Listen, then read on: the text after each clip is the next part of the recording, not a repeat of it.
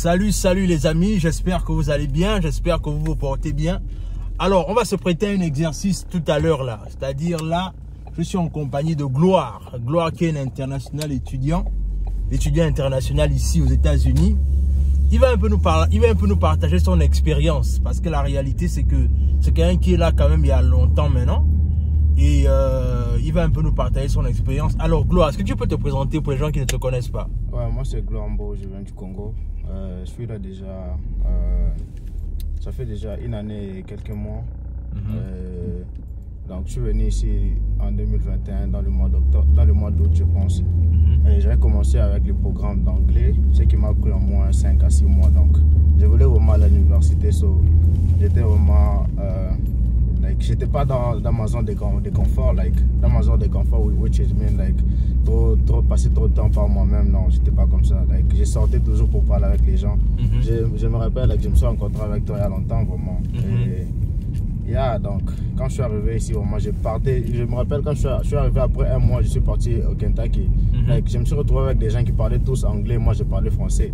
So I was like, bro. Tu étais un peu perdu en fait. J'étais un peu perdu. Il faut toujours être courageux ici. Aujourd'hui, je suis là, je suis déjà à l'université. J'ai fait computer science. Je me spécialisé en software engineering. Cool. Ça, c'est ma première année. Et après ce semestre, je serai un sophomore. Je suis en train de me forcer pour finir mes études vraiment très tôt, genre en 2025, si je peux le faire. Ça, c'est mon plus grand projet. Ok, cool. Alors, bien évidemment, quand tu t'es présenté, mais le truc, c'est que quand tu es arrivé comme ça, là, quelles sont les plus grandes difficultés que tu as eu à rencontrer à tes premiers arrivées ici aux États-Unis, en fait? Je veux dire, il y a la langue, il y a les transports, il y a la famille, parce que tu n'as pas de famille ici, tu te retrouves seul.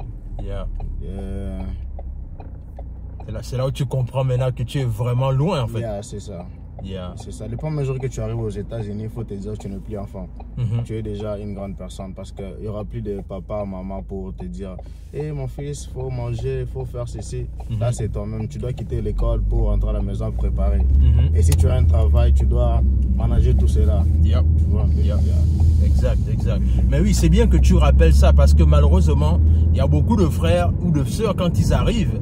Eux, ils pensent toujours que non, ce sera du genre oh non, papa, maman. À chaque fois, il faut appeler au téléphone pour dire que non, voilà ce qui s'est passé ici. Mais alors que quand toi, tu es arrivé, en fait, toi, tu as clairement, tu t'es adapté rapidement, en fait. C'est ça aussi qu'il faut préciser.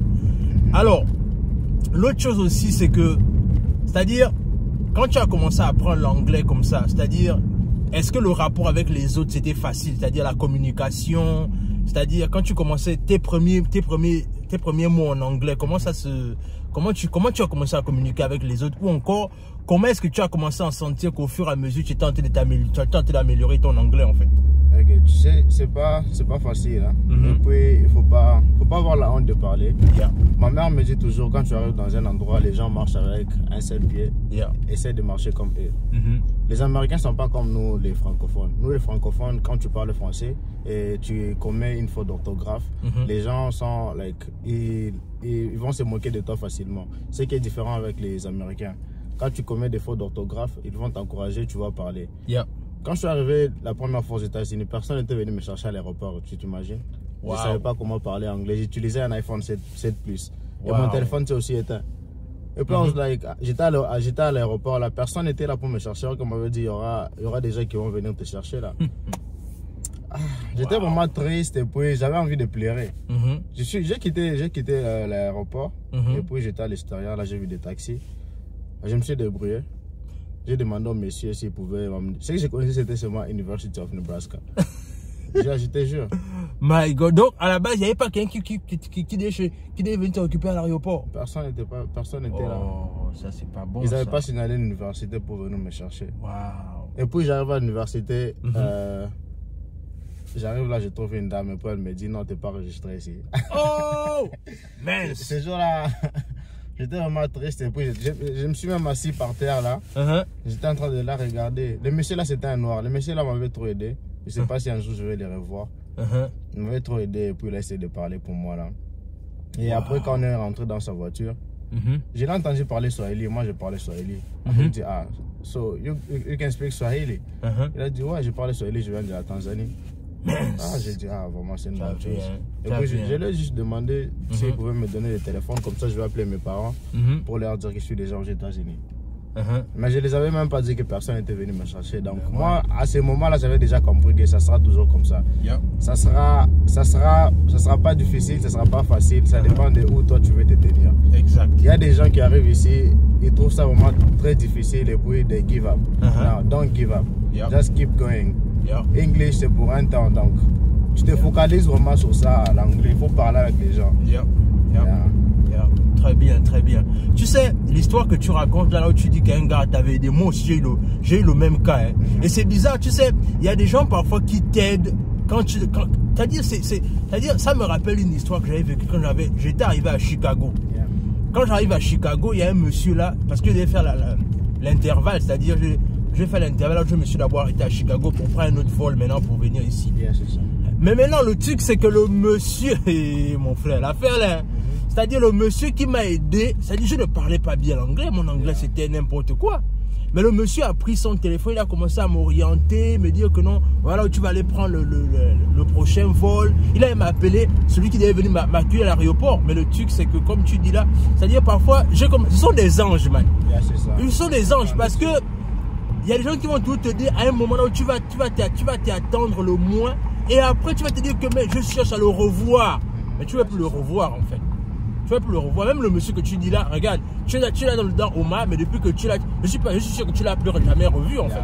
Tu vois un peu parce que moi je pense que il y a des gens que Dieu va envoyer à un moment donné bien spécifique pour t'aider afin que toi aussi, peut-être demain, après-demain, toi aussi tu vas aider quelqu'un qui va arriver, c'est un échange, tu vois un peu, non? Voilà, c'est vraiment ça. Moi, je pense que même le monsieur là, j'ai cherché au début, j'avais gardé son numéro, mais après, là, on se parlait, mais toujours la barrière de la langue, mais après, on s'est perdu de vue. Il y a tous des gens comme ça qui vont t'aider, quoi. Mais maintenant, quand toi, tu arrives ici, c'est-à-dire, je sais que là, tu es quand même là avec tes compatriotes. Alors, comment ça se passe, le climat avec tes compatriotes ici? Ok, c'est une bonne question. Ça, c'est ce que moi j'appelle toujours la communauté. La communauté aux États-Unis, elle est bonne et puis elle est mauvaise. Ça dépend de avec qui tu es proche. Donc, ne sois pas proche avec tout le monde. Comme la Bible dit, le cœur de l'homme est par-dessus mal et par-dessus mauvais. Donc, essaie de t'attacher avec des bonnes personnes. Essaie d'être autour de toi avec des personnes qui sont positives. Parce qu'il y a des gens qui sont arrivés ici aux États-Unis bien avant. Ils ont eu de leur expérience et puis ils vont vouloir t'amener aussi dans leur expérience. Or que c'est vraiment différent. Chacun a son appel. Chacun a ses projets. Donc quand tu es là, sois dans un milieu positif. Si c'est sur les campus, reste sur les campus.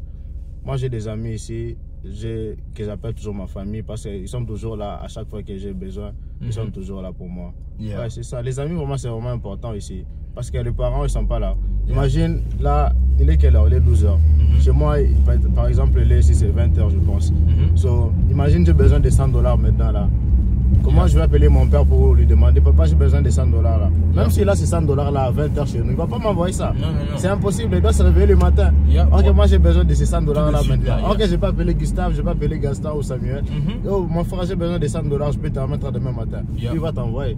C'est pour ça que c'est vraiment important d'être dans la communauté aussi. Ça, c'est bien, ça, c'est important. C'est vraiment important. Tu sais, l'autre chose aussi, c'est que malheureusement, beaucoup de personnes ne comprennent pas ça, tu vois. Alors que la communauté, ça te permet non seulement d'abord de garder ton identité d'abord, mais également de vous soutenir en fait mutuellement, tu vois un peu. Et moi, honnêtement, comme je te disais en off, que faut vraiment tout faire pour rester toujours avec des gens, tu vois un peu. C'est-à-dire, je sais que pour chacun d'entre nous, on a un agenda différent, tu vois un peu. Chacun, on cherche tout ce qu'on cherche, mais à la fin de la journée, la nécessité de toujours rester en contact va faire la différence, man. Tu vois, non? Il faut tout faire. Oui, chacun est busy, chacun cherche ce qu'il cherche, mais l'urgence de rester ensemble fait la différence. Tu vois, tu as pour l'exemple des $100 là. La réalité, c'est que effectivement, c'est très bien de penser à ça parce que tu peux avoir une urgence là, même si papa a l'argent. Mais la réalité, c'est qu'entre le temps il doit se réveiller pour faire le transfert, c'est au moins 6 h, 7 h qui sont passées. Hein. Et moi, je pense qu'effectivement, c'est vrai. C'est vraiment vrai. Et donc, c'est ça, quoi. Mais alors, est-ce que tu as un message de fin pour quelqu'un, par exemple, qui veut venir étudier aux États-Unis? Qu'est-ce que tu peux dire à la personne là en fait? C'est-à-dire, quel est d'après toi le conseil que tu peux donner à quelqu'un de ton expérience déjà, depuis que tu es là, depuis que tu vis un peu le système américain? Quelles sont les leçons que tu as apprises et que quelque part tu peux donner un message à quelqu'un qui veut venir étudier tout de suite aux États-Unis? Ouais, un message que je peux donner, il faut être sage. Il faut toujours prier, il faut toujours mettre Dieu devant. Parce que beaucoup de gens pensent que quand ils voyagent, il n'y a plus de sorciers ici. Il y en a toujours des sorciers. Il y a beaucoup de tentations. Il faut rester vraiment accroché à Dieu. Parce qu'avec Dieu, tout est possible, tout est capable. Quoi d'autre? La langue. La langue, c'est la première des choses que vous allez rencontrer quand vous allez arriver ici. Mais ne vous inquiétez pas, ça sera pour un temps. Au début, vraiment, moi aussi, je m'inquiétais. Oh mon Dieu, je vais vraiment parler l'anglais comme lui. Tu ne vas jamais parler l'anglais comme un Américain, ça je te l'assure. Aujourd'hui, I can speak English, but I will never speak like an American. Yes. Yeah. Donc, tu es africain, tu auras toujours tes accents. Ils vont te rappeler ça. Ah, you have an accent. It's okay. Toi, vas-y, vraiment, like, fais ce que tu veux. Fais ce que tu veux, sois autour des personnes positives. C'est une chose vraiment que je tiens à cœur. Soyez autour des personnes qui sont positives. Entourez-vous de bonnes personnes, des personnes qui vous aiment. Exactement. Je peux dire, exactement. Et ok, d'accord. Ben écoutez, vous avez écouté les conseils de Gloire. Hein. Il fallait qu'on fasse un peu une petite émission comme ça là rapidement. C'est vrai, on est dans la voiture, mais on va trouver un temps pour davantage créer du contenu comme ça. Mais il fallait déjà au moins qu'on commence.